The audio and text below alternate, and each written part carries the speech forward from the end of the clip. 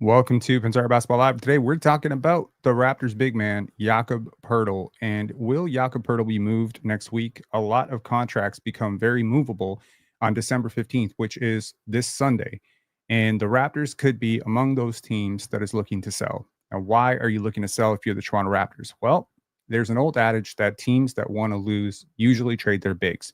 And I think that the Toronto Raptors might have a strong incentive to lose after today's game against Miami, in which they are very heavily favored to lose, and they may very well lose that game. The Miami Heat are a better team, even with Scottie Barnes in tow. This would have been tough without Scottie Barnes. This is going to be really tough.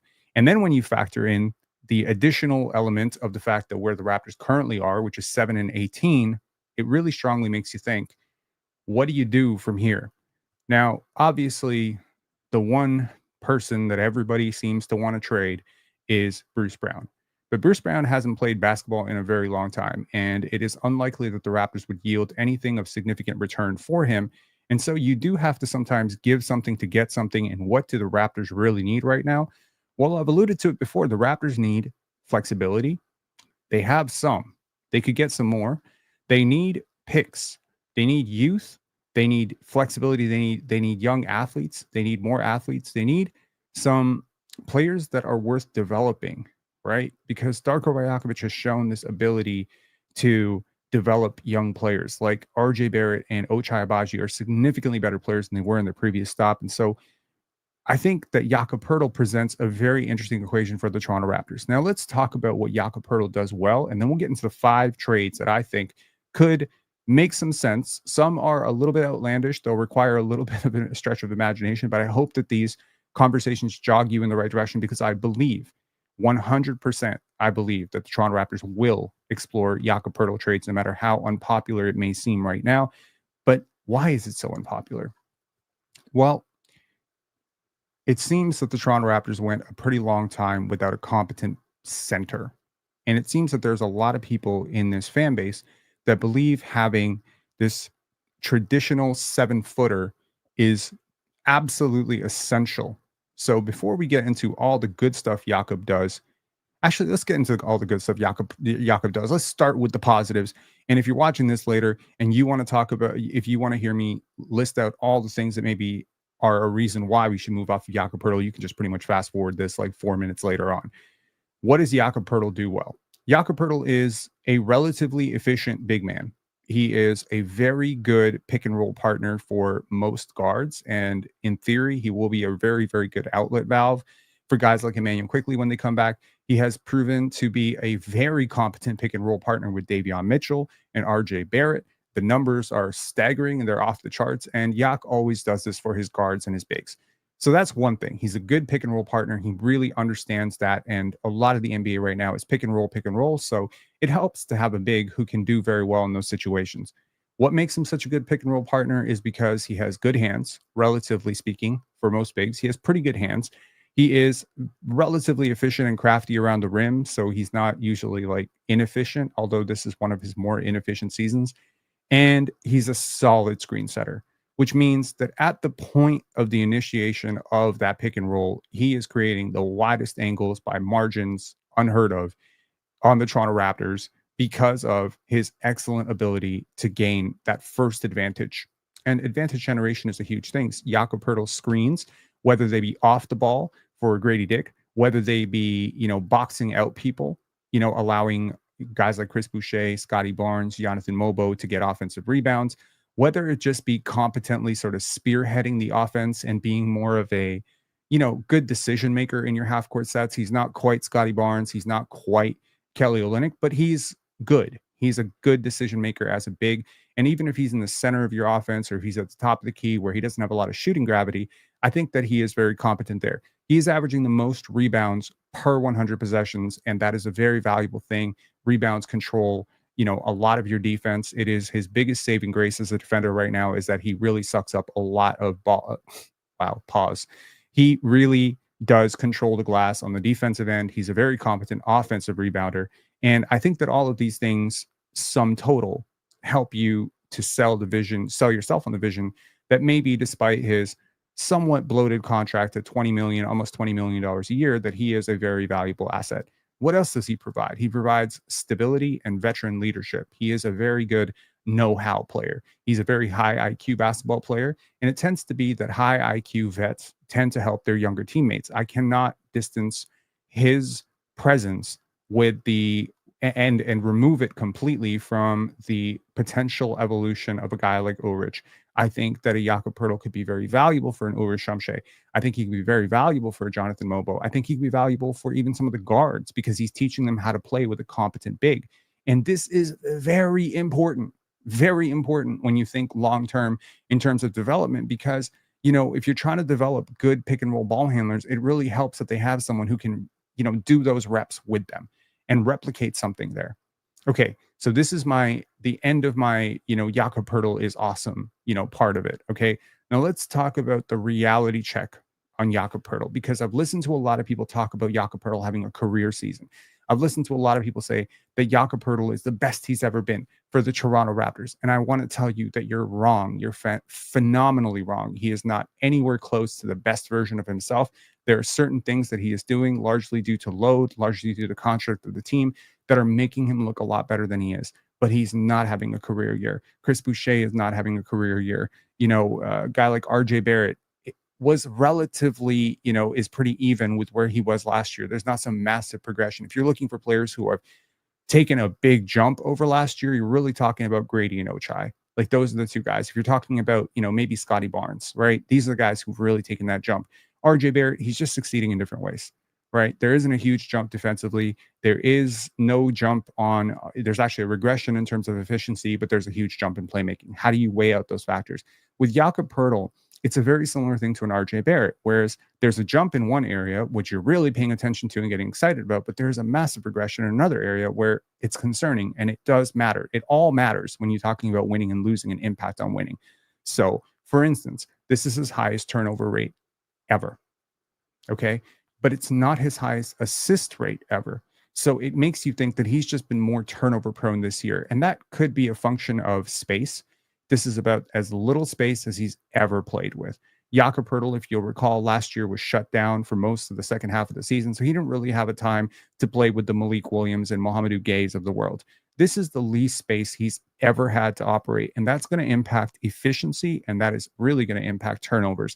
And he is really playing with the worst roster he's had in ages. Even we're talking San Antonio, where he had DeJounte Murray, DeMar DeRozan, guys like this. I mean, they're still way better than the players he's playing with right now. When you take Scottie out of it, because a lot of his minutes have been without Scottie, you really aren't playing with the level of talent that you're used to, and it's not making him the best. So I believe if you're another team out there who's maybe, exploring the idea of what would he look like for us, I think he'll look better for most people than he looks for the Raptors.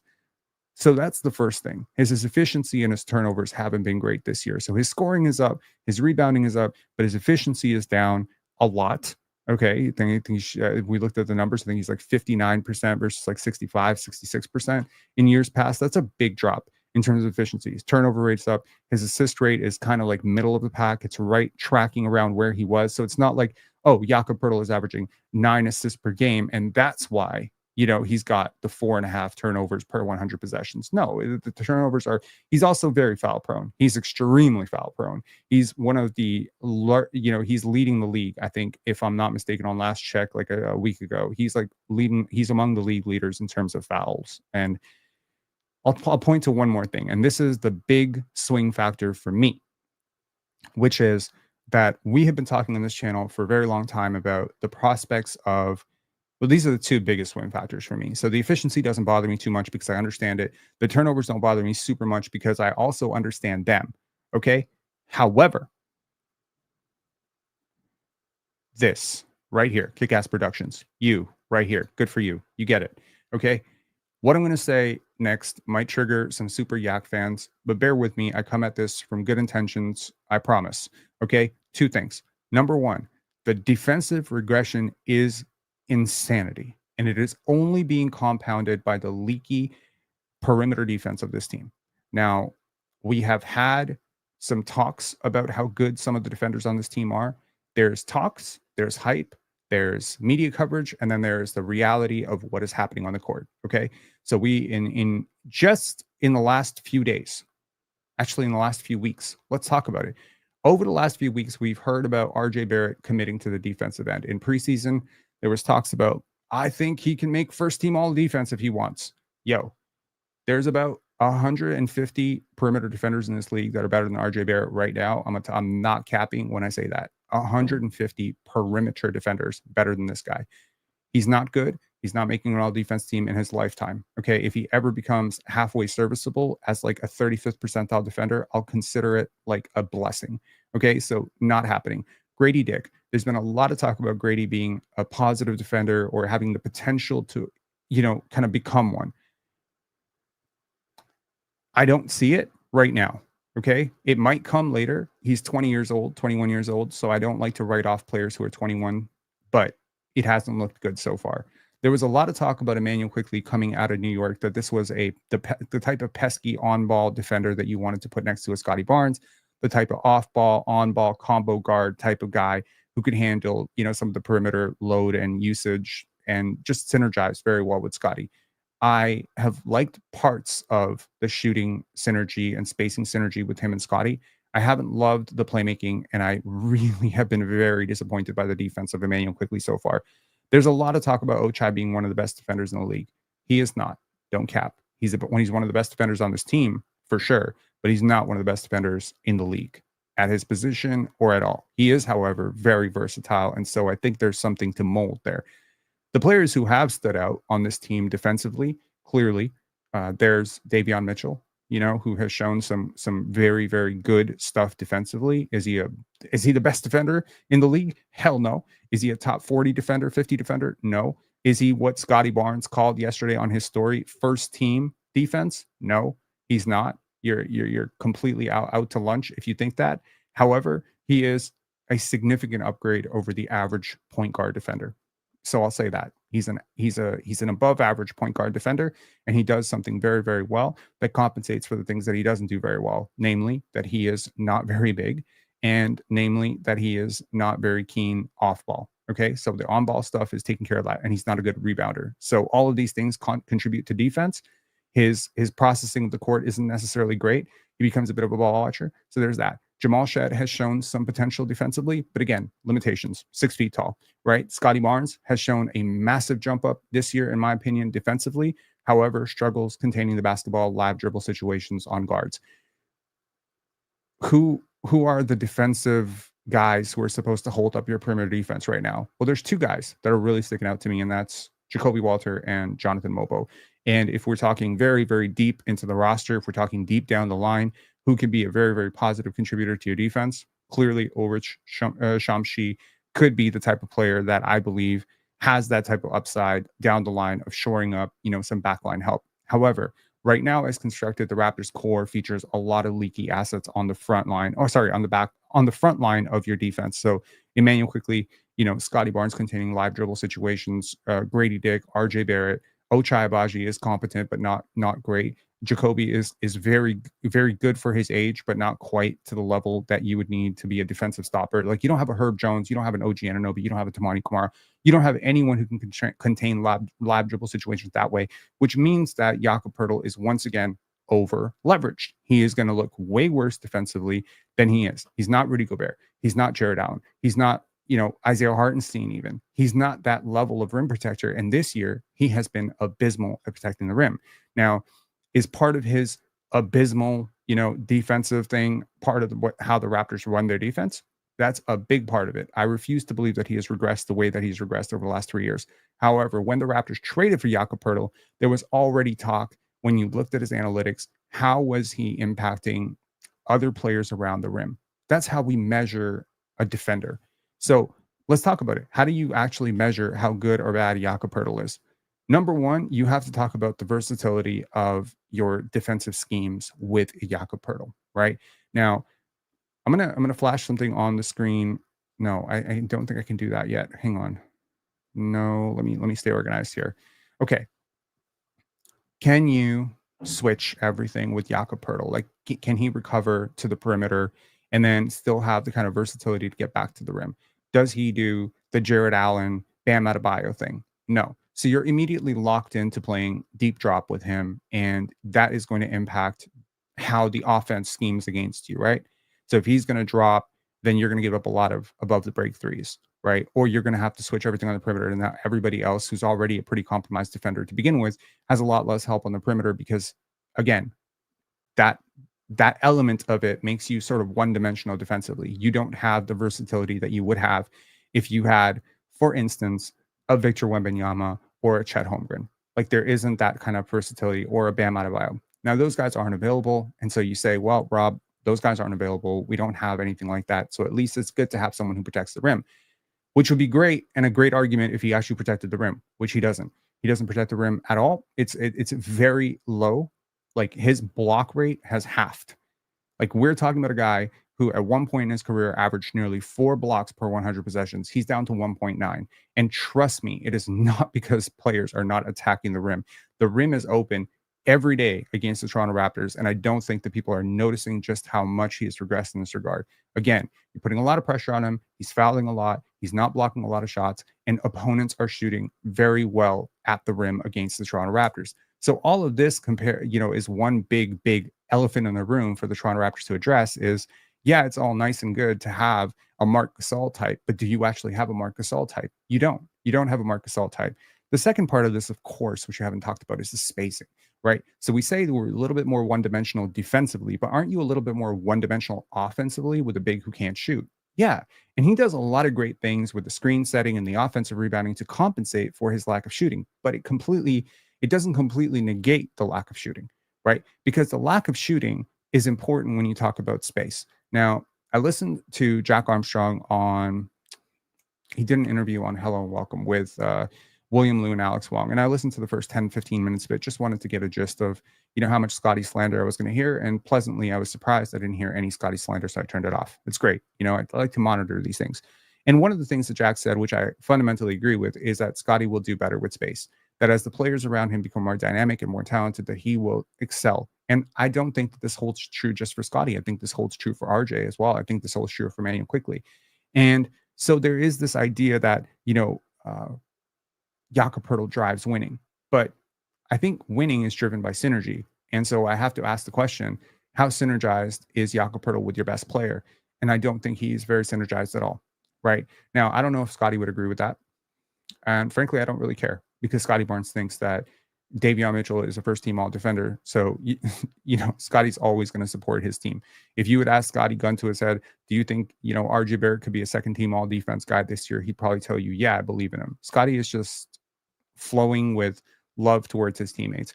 I don't have this particular problem. I'm just going to choose to be rational here and tell you that they're not good together. They're not great together because the one thing that Scottie needs more than anything is an open paint. And the one thing Jakob Poeltl does is congest the paint. So it's the same thing. I always reference the story because, some of our fondest memories, are those big moments in our lives. And one of my biggest moments in 2006, 2007 was talking to a pro scout for the San Antonio Spurs at the time, who explained to me just the dynamics of why they decided to move off of Rasho Nesterovic and how the clunky sort of synergy between him and Tim Duncan. And it really helped me sort of understand why the Raptors got this very good, very serviceable center in Rasho Nesterovic for basically nothing, because the Spurs viewed it as a negative to have another big in the paint when what you needed was an empty paint. And what you already had was Tim Duncan, who didn't shoot threes. And so they vastly preferred a big who could shoot. So they vastly preferred guys like Matt Bonner, and they vastly preferred guys like LaMarcus Aldridge later on in their careers, Boris Diaw, guys who just operated further from the rim. So I'm not saying Yak is a bad player. Yak is definitely a good player. How good is he, though? Some people have said he's a top 15. The Raptors themselves said they think he's a top 10 center. I call cap. Some people have said he's a top 15 center. We will explore that as we talk about this. So let's talk about those traits. Like we're almost 20 minutes into this. I don't want to dangle this forever. I want to talk about 5 traits, and I want to talk through the rationale behind it. So to summarize very quickly to anyone who's come in late, I believe Jakob Poeltl is a very useful player. I believe he will look better in a different situation. I do not subscribe to this idea that the Toronto Raptors will be completely hopeless without him. I do believe the Raptors will be worse without him. I do believe there are strong incentives to keep him, as I mentioned in the first 5 minutes. And I do believe that there are very strong incentives to move him, namely that there are several teams that need a big, and that I believe that he has shown enough, at least, to be one of the most competent bigs on the market right now. Okay, so let's talk about these trades. The first trade that we are going to look at, am I lagging? Yup, I'm lagging every time. Okay, let's pull myself off the screen. Okay, the first trade, we'll go through these relatively quickly.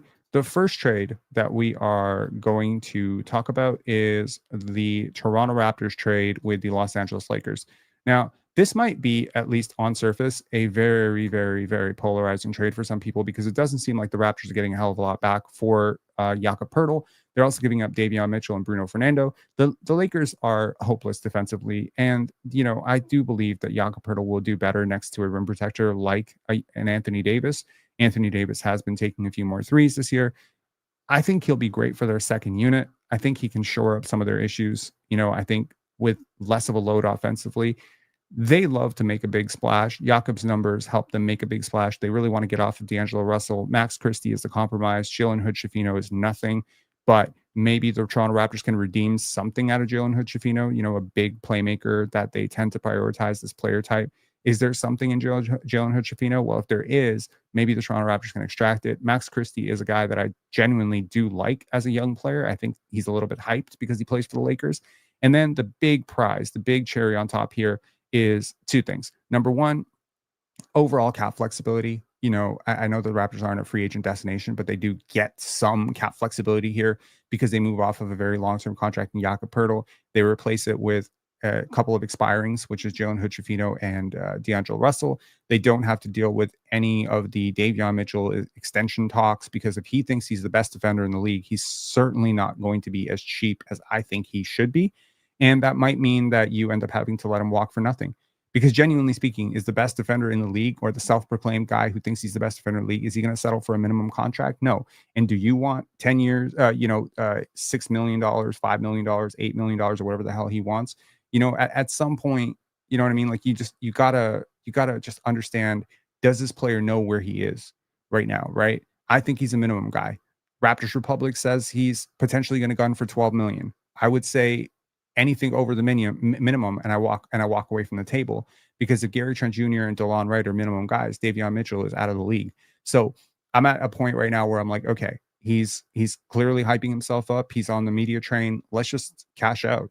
I think the really underrated value of this is a 2031 pick, and I think that pick will get better and better. Sort of like in terms of value, it's not necessarily something you have to use, but it's something you could dangle in a trade at some point. Okay, so that's. I don't know how I feel about this trade myself, but the Lakers need a center, and maybe this is someone that is worth looking at. Now, this is a very ambitious trade, and I think maybe this is a little bit homeristic of me. That's a word, homeristic, which is the Toronto Raptors trading for Tim Hardaway Jr.'s expiring contract, 4 years of Isaiah Stewart, which is to say a big who can actually shoot, and then, of course, Ausar Thompson. Now, this is very homerish of me, and it hinges on two variables. Number one, actually three variables. Number one, the Pistons actually want to be good this year because they were so bad last year. I think Tom Gores is a complete egomaniac, and I think that he is so desperate. Just like, you take advantage of other people's desperation, you take advantage of other people's stupidity. And I'm not necessarily saying that they're stupid, but, they've drafted Ausar Thompson and Ron Holland. There's a little bit of positional overlap. Neither one of those guys can really shoot right now. Ausar just came off a very scary blood clot issue. I think he might quickly become one of the 10 best defenders in the NBA. He's actually what I think Davion Mitchell thinks he is. He's a great defender. And he's very young. He's very hardworking. I'm very plugged into, him and his camp and stuff. So I have a deeper insight into him than probably most players in the league. And I would say that he is a perfect fit synergistically with your locker room. And he's the type of player that you just take this risk on and you don't look back. Beef stew, just very tough. Maybe they regret that contract. Maybe they don't. So this hinges on number one, how do they feel about Ausar Thompson? If they think he's an all-league defender and a future starter, and they value him significantly more than Ron Holland, then this deal is not going to get done.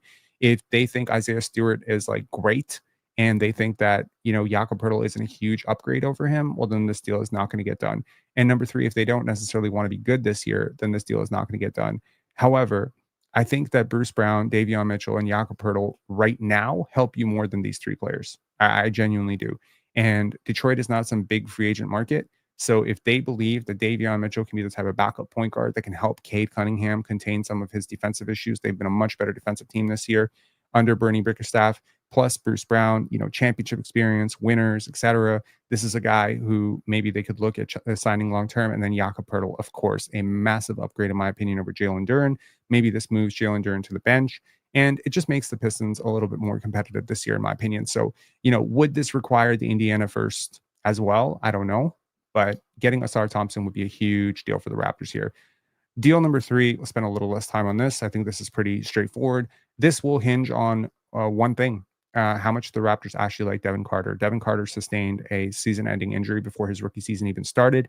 He was a top 13 pick this year. If the Raptors really like him, I certainly liked him at the draft. And, you get a Canadian guy and you get a movement shooter in Kevin Huerter. I think this is the most, sensible deal on the market. I think this helps the Kings immediately a lot. And they give up a really young asset in Devin Carter, who the Raptors could turn into their backup point guard of the future.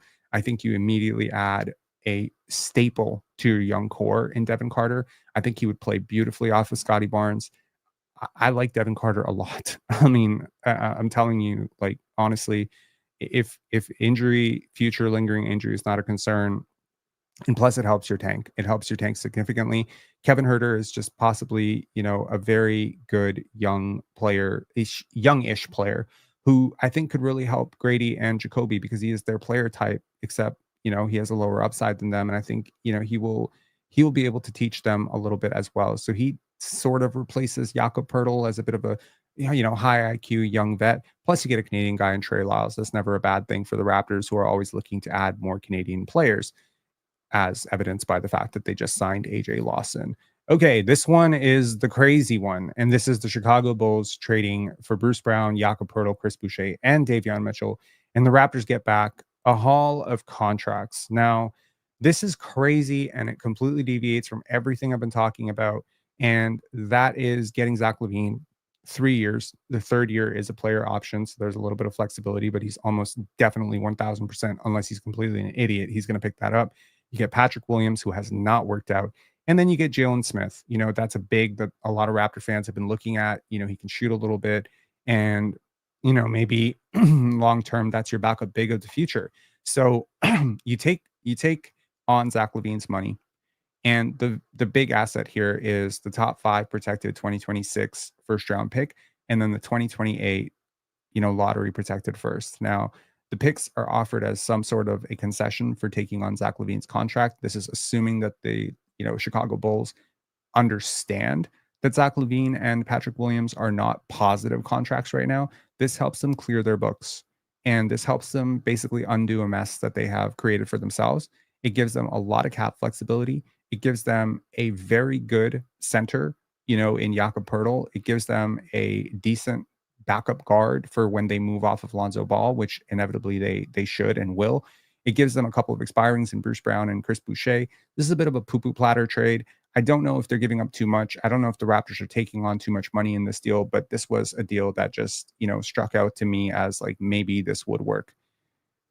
Okay, this might be like very ambitious as well. And this is the Toronto Raptors trading Jakob Poeltl and Davion Mitchell, a proven, pick and roll partnership, and 2 seconds for Marcus Smart, Santi Aldama, and Vince Williams Jr. Now, watching this Memphis Grizzlies team, I was very impressed with Vince Williams Jr. last year. I think he is the type of player that the Raptors could build with long term. I do like Santi Aldama for real. Like, I think he really slots in well to what the Raptors are doing. And Marcus Smart fundamentally replaces everything Jakob Poeltl is providing in terms of the know-how, the veteran presence, the leadership, the defensive intensity, all that stuff. Yeah, he's regressed. I don't know how much the Grizzlies really value him. He's still a pretty decent player. He has shooting concerns. Naturally, it's not a long-term fit. But if you're trying to create a toughness and an identity that is defensively oriented, Marcus Smart helps with that. Why does this help the Grizzlies? Well, it gives them a starting center, which they don't have right now. I mean, it leans them less away from, and of course, like, they're going to have to extend Santi Aldama, which now becomes the Raptors issue, right? And he's going to get a lot more than 3.9 million if I'm betting. Like, I would say he gets more than 3.9 million next year. So, you get a long-term asset. Memphis is not a huge market either. You take a flyer on Davion Mitchell to replace some of what Marcus Smart is doing. You get 2 second-round picks. I don't know. Would the Raptors, have to add something else? It really depends on how high they are on Santi Aldama, Vince Williams, and how desperately they want to, get off that extra year of Marcus Smart, and ultimately how highly they value Jakob Poeltl. But I think that Darko Rajakovic could do a lot of wonders with Vince Williams and Santi Aldama. So, okay, let's get this off the screen. Let's get me back on the screen. Let's hope I stop lagging at some point. I have stopped lagging. Okay, so what do you guys think of that? Naveen the Raptor saying, I want Zach LaVine. Ooh, damn. I'm a fun guy saying Chicago is the only good one, bro. Okay. So let's talk about one more thing. And we have a super chat here from Slitherman. You say we would have been hopeless without Jakob. Would you agree this is essentially a tanking move from the season? Keep up the great work. Okay, so I want to talk about two specific things, and I think that they are both very important, and they are important because, hang on, let's pull up Jakob's stats for a second. Let me pull me off, and yeah, here are Jakob Poeltl's stats. Okay, so as I mentioned before, this is the highest rebounds that he's ever had. But look at those blocks. It's the lowest since his rookie season, right? So if you start sorting out like what he's really doing, he's scoring a lot and he's rebounding a lot, which are two numbers that a lot of people care about, usually a lot, right? But when you take the defensive regression into account, when you take and he's shooting better from the free throw line than he's ever shot before. I think that is a huge and notable improvement from him. Okay. He's getting to the line more than he's ever gotten, 5.2 attempts per game. And we even saw him take a jump shot. Are the Raptors leaning long term into turning Jakob Poeltl into a competent shooter? Well, certainly improving his free throw percentage to almost 70% is a good start in that direction. But you'll notice, despite the claims that Darko Rajakovic made that he is going to be Domantas Sabonis, he is nowhere near Domantas Sabonis in terms of his assist rate. He's had 5 years better than his 4.1 assists per 100 possessions, and the block rate again is the lowest since his rookie season. The steal rate is kind of a season career high. The personal fouls, again, it's up there as pretty bad, right? 5.5 fouls. I mean, he used to be really, really foul prone as a rookie of 9.1, but since then he's pretty much gotten it under 5, and this 5.5 is a pretty bad number. So the first thing, I wanted to clarify is that yes, there is some notable regression in some departments, but there was a comment here somewhere that Jakob Poeltl is like the best, a top 15 center, and I wanted to buck that, and now I don't know where the hell. Let's take a look at some of the comments underneath these. Nope, that's not it. Give me 1 second. I will find this. So that's not it. I don't think it was this one. What was it? Was it this one?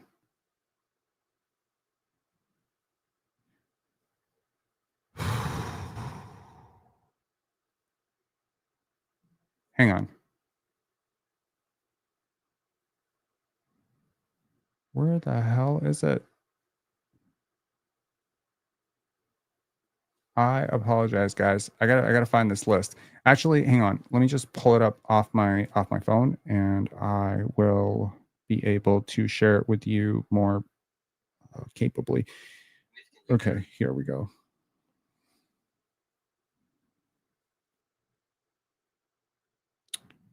Hang on. Here we go. Okay, I got it. Okay, so in terms of centers that I conclusively believe are better than Jakob Poeltl. So just to anyone who says he's a top 15 center, how can you replace him? This is my point number one, and then I'm going to drop the mic with point number two. Point number one, okay, he's not a top 15 center. Let's start there. Okay, Victor Wembanyama, Jared Allen, Nikola Jokic, Joel Embiid, Anthony Davis, Domantas Sabonis, Alperen Sengun, Rudy Gobert, Isaiah Hartenstein, Karl Anthony Towns, Bam Adebayo, Kristaps Porzingis, Derek Lively, Ivica Zubac, that's fringy, and Turner. Okay. You can add in guys like Naz Reid. You can certainly talk about value in terms of guys who are younger, like Eve Nisi. You can talk about guys like Walker Kessler, who is just better rim protectors. You can talk about a guy like Nick Claxton, who would command more money on the open market. So really, you're holding, in terms of an asset, at best, a top 25 center in the league. As a player, at best, a top 20 center in the league. Okay. So here, right? Like Zach Edey. Now, this is the comment that I want to respond to most. Daniel Franklin, thank you for setting me up very, very well there. And I want to talk about something which is very, very important. Okay. There is this clouded notion or misconception in Toronto Raptor land that losing Jakob will descend the Raptors into perpetual chaos. What happens next year when you want to be good, Rob? Well, the numbers are good for Yak right now, relatively speaking. They're pretty good. The points, the scoring, the if you're a team that's looking to trade for him, maybe you're not looking at him as a guy that you have to hide at the end of the game because he's now shooting nearly 70% from the free throw line. So the Raptors' development has been good. His scoring has been good. His screen setting has been good. He's handling more load, more usage. This is all good because his numbers look generally better. If you're another team, if you're the Lakers or the Grizzlies, this is certainly a player that you can kind of sell your fan base on as like, this is the hope. This is the guy who's going to get us through the first round. You know what I mean? Whereas if his numbers weren't very good, maybe you couldn't sell your fan base that easily. But can we please be real for a second here? What happens when the numbers don't look this good? What happens if the numbers don't look this good next year? Okay. So there's some downside risk here because the defensive regression is coming. He's 29 years old. And last I checked, I don't think you're going to be ready to compete for championships until he's 32 and is, by the way, a free agent. So you'll have to make a decision on him, at which point he could walk for nothing too. Does he help you right now? Yeah, with the development, he helps. Sure, he helps development, but is he helping you win?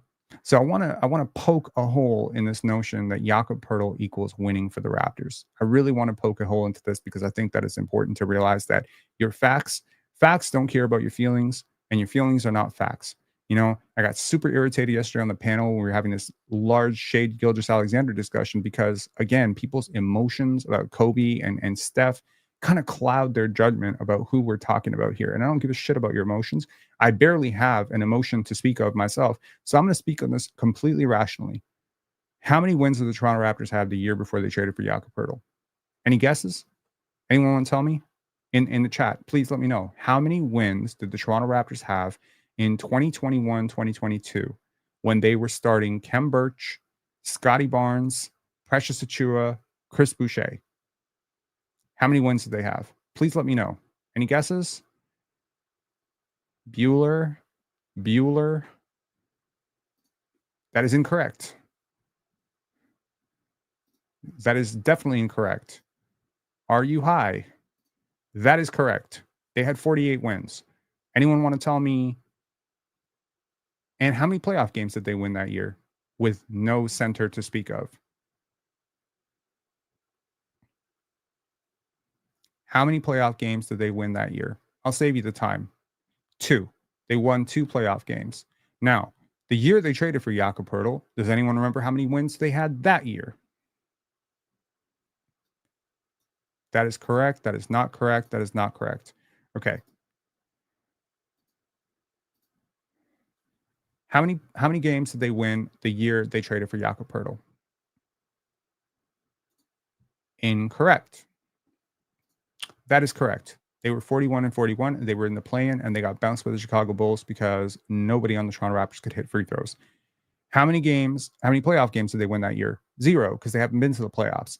Okay, so you traded a first-round pick in 2 seconds, and some cap flexibility.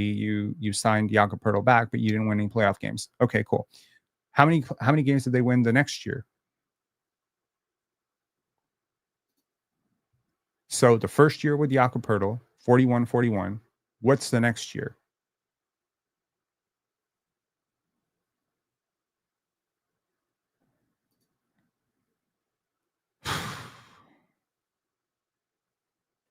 What's the next year?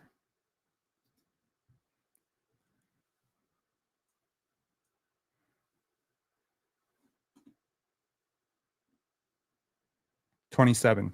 And what win total are you currently on pace for this year? This will require some math. How many wins are you on pace for this year? Okay, let's assume that there's a loss to the Miami Heat. Quick way to calculate this, right? What's the quickest way to calculate this? So if the Toronto Raptors, 27 is wrong. 27 is wrong. So let's do this quickly. The Toronto Raptors are 7-18. After tonight, if they are 7-19, that means they will have won 7 of 26 games, right? Am I being stupid here? Right? Sorry, my brain is not working right now. Okay. Yeah, that adds up. Yeah. Okay. Wow. Brain fart. Okay. That would put you on pace for a win percentage of 26.9%. Multiply that by 82. Get to 22 wins. You are on pace for 22 wins this season. Oh my goodness. Sorry, my camera's going a little bit freaky here with the lights. Okay. You're on pace for 22 wins. So how does he drive winning? If you win tonight, you're on pace for 23. Again, how does he drive winning? It's not his fault that you're losing, but he is not single-handedly driving winning in Toronto. So let's just erase that notion. You also were a better team when you had stretch bigs. For every single year that you've had a big that does not necessarily occupy this one space on the court, you have been largely better. Okay. Now, the one argument you could poke a hole in is that the Raptors were better the year they traded for Jakob Poeltl than they were without him going into that. But there was a lot of issues, man. It was chemistry, it was fit, it was Otto Porter's injury, Scottie Barnes' injury. It was a lot of stuff, man. A lot of stuff, dysfunction. I don't think the Raptors should have been as bad as they were. And also, the schedule softened up significantly when you traded for Jakob Poeltl. You went on a run against the Charlottes and the Detroits of the world. You didn't beat a lot of great teams. Okay, so what I'm trying to say is that in the end, facts don't care about your feelings. Your feelings are that the Raptors need a 7-footer because they didn't have a 7-footer and you were terrible with Kem Birch. I'm telling you, you made the playoffs with Kem Birch. And that's not a testament to how good Kem Birch is. That's more a testament to how basketball is played in today's NBA, which is to say that when you have a 7-footer who constantly clogs space in the paint and does not protect the rim, then you are losing both ends. You are losing the spacing of the potential 5-out offense, and you are losing the benefit of having a 7-footer back there because they're supposed to shore up the easiest shots in the game, which Jakob Poeltl gives at a crazy percentage.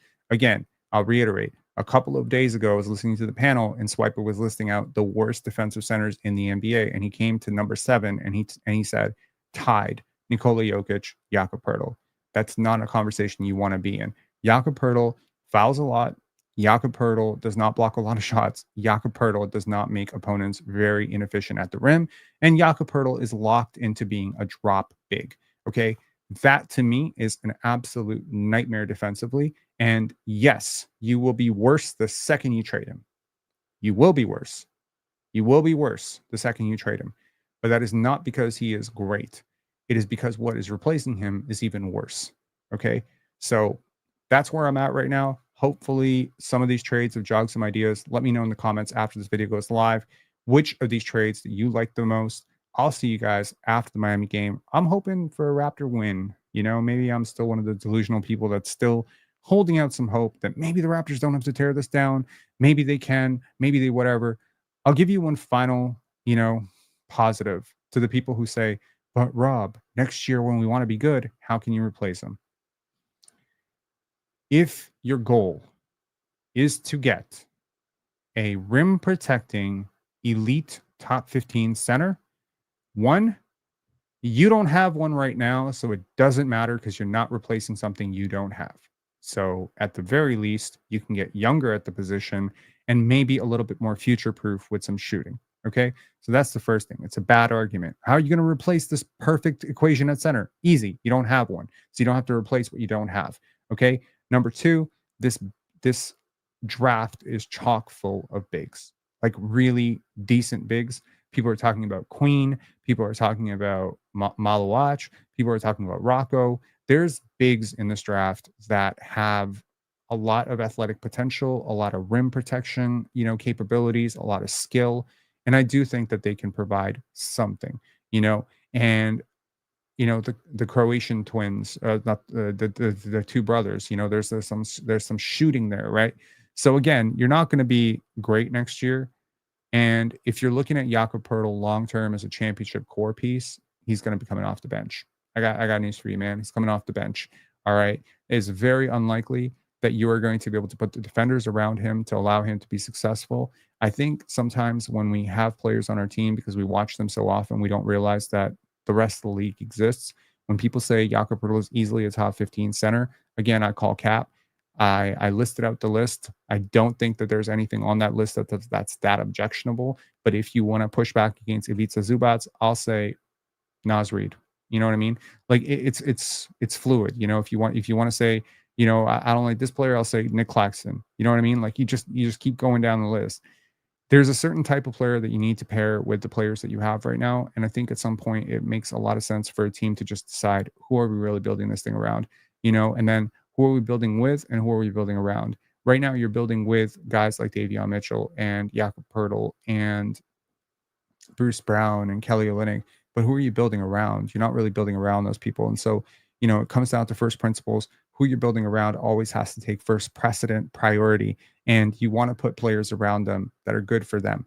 Jacoby Walter is a great step in the right direction. Grady Dick is a great step in the right direction. I think Emmanuel Quickley will be a great step in the right direction when he figures out the defense a little bit. And I think Jonathan Mobo and certain other players, and I hope that the upcoming draft picks, but I do believe that the Raptors have a unique chance in 3 days to 4 days to start exploring this. And I'll tell you right now that teams that tank usually trade away their bigs. Just look at Washington last year and what they did with Daniel Gafford. Okay. I call cap too, Rob. Is Ulrich a yak-like center? Not at all.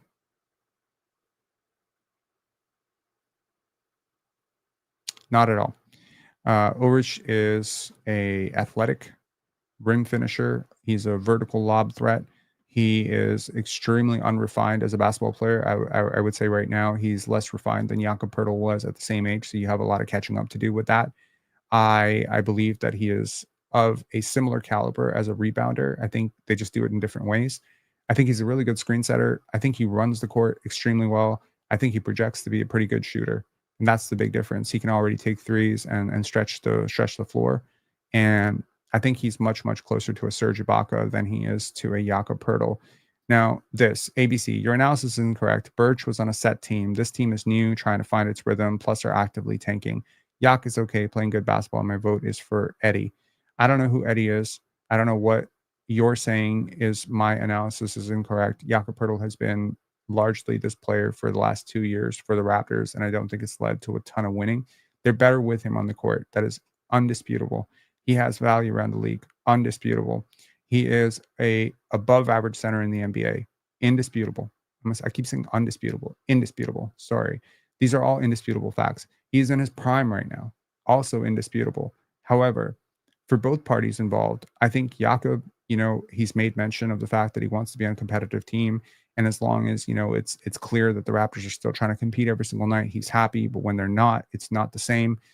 I think, there's some ugly losing ahead. If the Raptors do pile up a couple of losses here, it starts to get really ugly. You know what I mean? Like 7-18 looks really bad. 7-24 looks deadly. Do you know what I mean? And if you lose this game against Miami and you lose the next game against Chicago, trust me, 7-24 is coming for you. Okay. Like that Brooklyn game is like your only winnable game. And again, like you might eke out 1 or 2, right? Okay, so instead of 7-24, you become 9-22. Where are you getting those wins back, right? Because at some point, you do have to look at this. The Scottie Barnes injury update is several weeks. Per Shams, it's several weeks. By the way, I think a lot of those doctors who said, oh, maybe it's a Liz Frank injury, really need to apologize right about now, because I mentioned on the last live that don't panic, don't descend into madness. It's probably not a Liz Frank injury. But a lot of people were really pushing that because he said, I can't feel my foot. I can't feel my foot, that it's going to be something much worse. I don't think that those people necessarily were very responsible saying that. and panicking everybody. But sure, it's always better to take a cautious, look at things like this. But I said it in the last live, he's going to miss, I think I said 2 to 5 weeks, right? So several weeks is right at what I said, 2 to 5 weeks. Okay. Several weeks means more than two. It usually means less than 8. So 2 to 5. Okay. So if he misses 3 weeks, he's coming back in January. Okay. At which point your schedule is still tough. Leading into the All-Star game, your schedule is still tough. And now you need to reintegrate him. He's going to have some rust coming off an injury. You're going to need to reintegrate him with the players who come back. It just becomes too hard, At some point, you had players who missed training camp. You've had guys like Bruce Brown, Kelly Olynyk, who've been out forever. They need time to gel with their teammates. You have Emmanuel Quickly, who's going to need to learn to play on the ball, off the ball. There's going to be some sort of awkward footing between him and RJ, him and Grady, who goes when, who goes where. It takes time to get used to playing with each other, right? And what you're being deprived of right now is your key guys and key decision makers with the basketball are consistently missing time, right? They're consistently missing time. Guys like Emmanuel Quickly, RJ Barrett, Scotty Barnes. And if at some point, if at any point, and I'm certainly praying that this doesn't happen over the next couple of weeks, if Jakob Poeltl were to get injured, well then goodbye trade window. And you know what I mean? It's like, and what do you do later on in the season when he does come back? You just don't play him, or you play him less, which means you tank his value for this offseason. You know what I mean? I think sometimes it's really hard for people to let go of a good thing. It's really hard for people to let go of something that they value. And everybody wants to just trade Bruce Brown for like multiple firsts. Yeah, that trade is great, but it doesn't exist out there. You're going to have to give up something valuable to get something valuable. And you have to think about this from both sides. Do I think that the trades that I presented are a little bit homerish on the Raptor side? Sure. Maybe the Raptors will have to add a little bit more. Maybe they'll have to take back a little bit less in terms of pick equity. Maybe that Chicago deal gets you a more protected first. Maybe the Lakers deal gets you, maybe you have to give up something else to get that 2031, Lakers pick. I have no idea.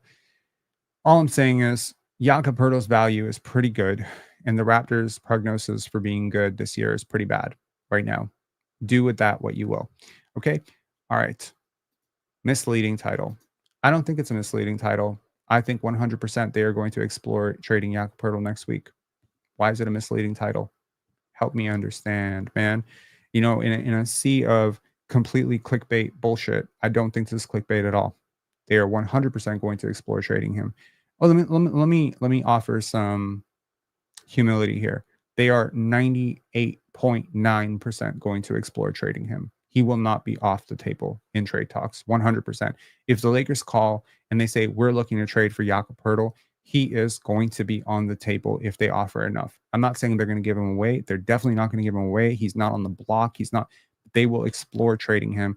And again, December 15th, which is this Sunday, is the day that a lot of those new contracts that were signed this offseason, which is a lot of contracts, become tradable. Okay. But maybe they aren't going to explore his option, no source. Huh?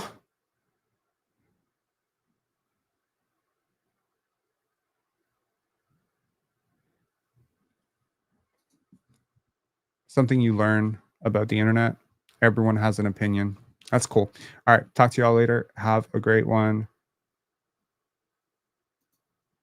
Jakob Poeltl will not be traded, is what you're saying. Oh, shit. Opinion. But maybe they aren't going to explore his opinion. No source. That doesn't make any more sense than what I said. His option at least made some sense because he has a player option. Cool. Jaden's saying, I hope he gets traded. I mean, I don't really care either way. It'd be nice to recoup some assets, some future assets. I'm certainly open to him staying. I think between him and certain players, like I think it's perfectly fine. I'm getting a little bit concerned about the Bruce Brown thing. Like, is he going to get extended at some point? I don't know. Davion Mitchell, same thing. I really don't want the Raptors to spite themselves. And one thing I will say is I think that the Raptors are better off trading for contracts that have already been signed by other GMs. Okay, that's what I'll say. because Jakob Poeltl was on a steal of a deal when the Raptors signed, traded for him. RJ Barrett is on a pretty reasonable deal. I'll guarantee you right now, if RJ Barrett was a Toronto Raptor from his rookie season, he'd be on a max contract right now. The Knicks were able to leverage a better offer to get him. Emmanuel Quickley was obviously on his rookie deal. There's a lot of players that just get overpaid when they come to Toronto. And I feel like the more of these free agents that you have to sign, the more you're going to overpay because you always pay the Canada tax. There's always that element of it. And I genuinely hate it. Okay. So trading for some long-term salary that somebody else has signed might not be the worst idea in the world. Trading for rookies or draft picks is a great idea because those rookies come with set contracts.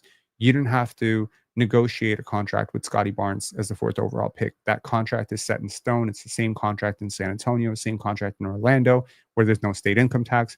That's why the Raptors need to explore building through the draft and not through free agency. Cap space doesn't help you that much. Okay. Right? Maybe they're not going to explore his onion rings. That's it. That's it. I think you cracked the code, man. All right. I'll talk to y'all later. Have a great one. And please hit like and subscribe. Thank you so much for getting us past 11,800. And if this video was deeply unpopular, I'm pretty sure we went below 11,800, in which point, please help us get back to 11,800. Talk to y'all later. Bye.